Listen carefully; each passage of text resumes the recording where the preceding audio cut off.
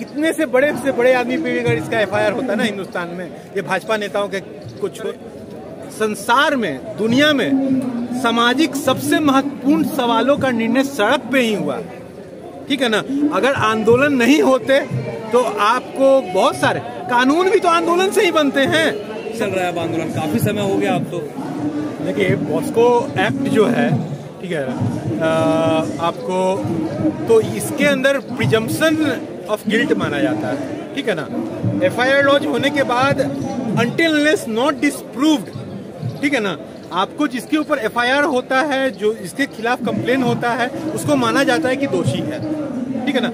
आम इंसान अगर किसी दूसरे पे, अगर किसी जज पे भी कुछ भी हो, ठीक है ना, अगर और जो ड्यू प्रोसेस ऑफ लॉ है कि भाई नीचे बेल नहीं मिला तो हाई कोर्ट गए, सुप्रीम कोर्ट गए, ठीक है, तो ये पूरा प्रोसेस फॉलो करना, ठीक है ना।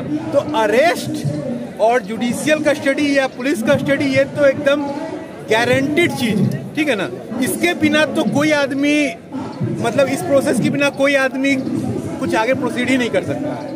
तो इनको ये जो पूरा एक्स्ट्रा जुडिशियल जो पूरा ये प्रोटेक्शन दिया जा रहा है, ये वायलेशन ऑफ जो कॉन्स्टिट्यूशनल इथोस है, जो हमारे संविधान में निहित जो बराबरी का जो एक फिलॉसफी है, उसके खिलाफ है, ठीक है ना। आप यहाँ पे एकदम टोटली आर्टिकल 14 या कोई भी, ठीक है ना, संविधान के सारे जो अनुच्छेद है उनकी धज्जी उड़ाई जा रही है इस सरकार के, ठीक है। मतलब आप जब ऐसा था, क्या कहते हैं, होम मिनिस्टर, जो एक्स होम मिनिस्टर जिसपे चार्जेस भी प्रूव नहीं हुए थे कोई चीज, आप उसको आप जेल में डाल सकते हैं, ठीक है ना, जो चिदम्बरम साहब थे, ठीक है। लेकिन आप एक जिसके खिलाफ एफआईआर है, प्रिजम्पशन ऑफ गिल्ट है एज पर द लॉ, उसको तो आप अंदर कुछ नहीं कर रहे हैं, ठीक है। तो मतलब आप एक जो होता है ना कि सस्टेन और पूरा, मतलब आप गिल्टी माइंड के साथ, आप किसी क्रिमिनल के साथ, एक सेक्सुअल हरासर के साथ आप उसको आप प्रोटेक्ट कर रहे हैं, ठीक है। और शायद यही मतलब एक जो पूरा जो भाजपाई जो एक मानसिकता है कि आपको पशु ढोल और नारी है ताड़न के भागी, ठीक है ना। तो कोई महिला ने बोल दिया, ठीक है ना, उससे इनको मतलब कोई फर्क नहीं पड़ता है, ठीक है ना। जो हमारे नेता हैं, जो बाहुबली जाए भाड़ में, आदि आबादी का जो एक सम्मान होता है, आदि आबादी जो हिंदुस्तान की है, जो उसका एक फीलिंग्स है, उसका एक एस्पिरेशंस है, उससे उसको कोई मतलब नहीं है। उसको जैसे जब धारा लगती है तो इसमें बताया जाता है गिरफ्तारी एकदम तुरंत होती है, लेकिन गिरफ्तारी अभी तक नहीं हुई है। और नहीं होने के बाद अगर इस पे क्या कार्यवाही हो सकती है, क्योंकि जिस तरह से प्रक्रिया अभी ढीली चल रही है। देखिए इसमें लंपटई से इनका जो गुंडागर्दी है ना, इनसे सारा सुप्रीम कोर्ट का जज डरता है, कब इनके घर में ये लोग भेज देंगे, ठीक है ना। किसके खिलाफ ये ईडी लगा देंगे, तो सुप्रीम कोर्ट भी डरा हुआ है सीमा, ठीक है ना। अब सुप्रीम कोर्ट भी बोला कि मैंने इनका फिर आगे प्रोसीड करने से मना कर दिया, कहा कि मैंने तो एफआईआर करने के लिए दे दिया, और ये जो सोलिसिटर जनरल है तुषार मेहता, तो ये बोल रहे हैं कि भाई हमें एसआईटी फॉर्म कर दी है, ठीक है ना।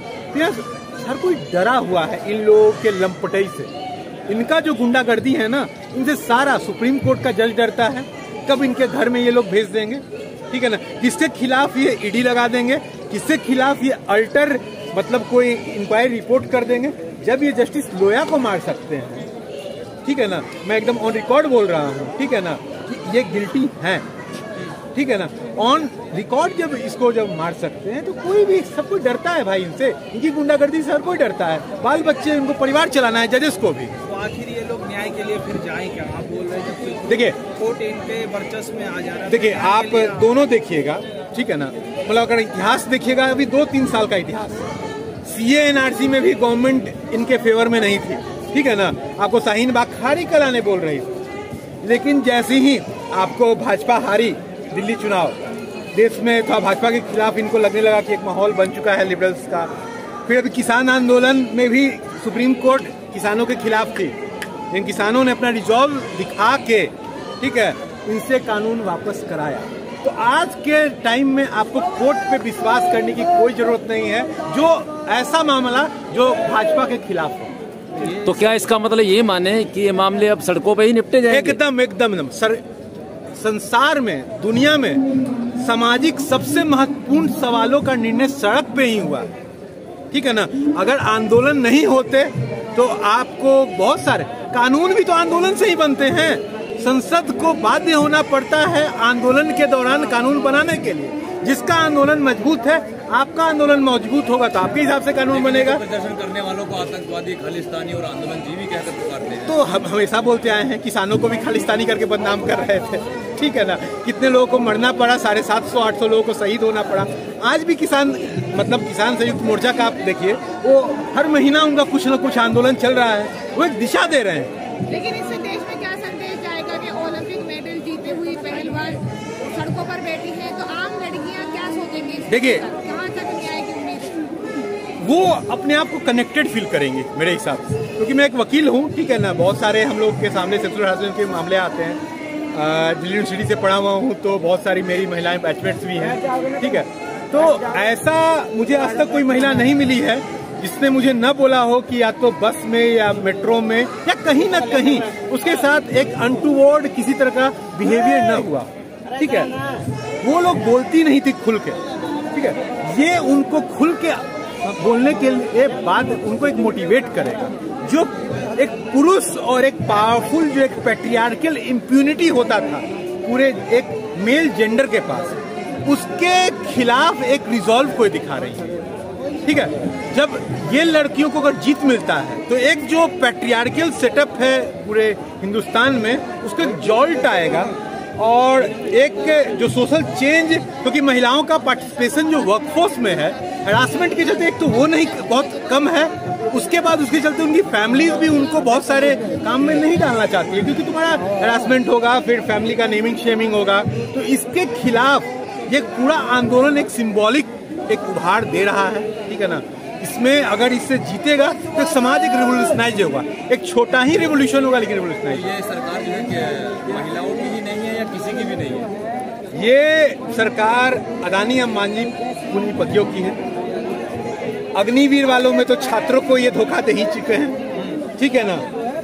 माइनॉरिटीज को धोखा दे ही चुके हैं, ठीक है ना। किसानों को धोखा दे ही चुके हैं, महिलाओं को धोखा दे ही चुके हैं। अब आप बताइए किसको ये छोड़े हैं? लेकिन आपको लगता है कर्नाटक चुनाव की हार के बाद कोई बदलाव आएगा, किसी तरह का इनकम होगा गवर्नमेंट का? देखिए, थोड़ा बहुत हो सकता है, लेकिन जो इनका एग्रेसिव जो हिंदुत्व है, ठीक है ना। मैं भी सब सोशल मीडिया पे देख रहा था, तो इनका एक बहुत एग्रेसिव कैंपेन चल रहा है कि भाई पिछली बार भी अखिलेश जीत गए थे लेकिन यूपी तो हार गए, ठीक है।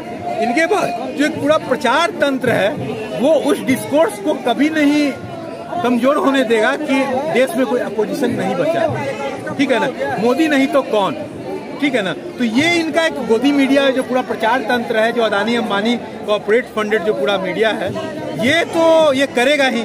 लेकिन तभी किसानों के खिलाफ इतना प्रचार तंत्र चलाने के बावजूद किसान जीत के गए और वो आज भी समर्थन में आ रहे हैं। ये जीते और एक समाज को एक नई दिशा दें। लेकिन किसान आंदोलन के बाद यूपी में बड़ी जीत मिली है, उसके बारे में क्या कहना चाहेंगे? इससे चुनाव का कोई फर्क पड़ेगा? बड़ी जीत तो उतनी नहीं मिली है जितनी पिछली बार थी, ठीक है ना। हाँ, मैं तो देखिए, जो आपको वेस्टर्न यूपी था, इससे पहले जो जितना प्रचंड बहुमत में आए थे उससे कम बहुमत में आए हैं। किसानों का तो असर तो है ही भाई, ठीक है। अभी हरियाणा में चुनाव करवाए ना, 10 सीट से ज्यादा इनको नहीं आने वाला है, 5 भी नहीं आएगी, ये हाल है।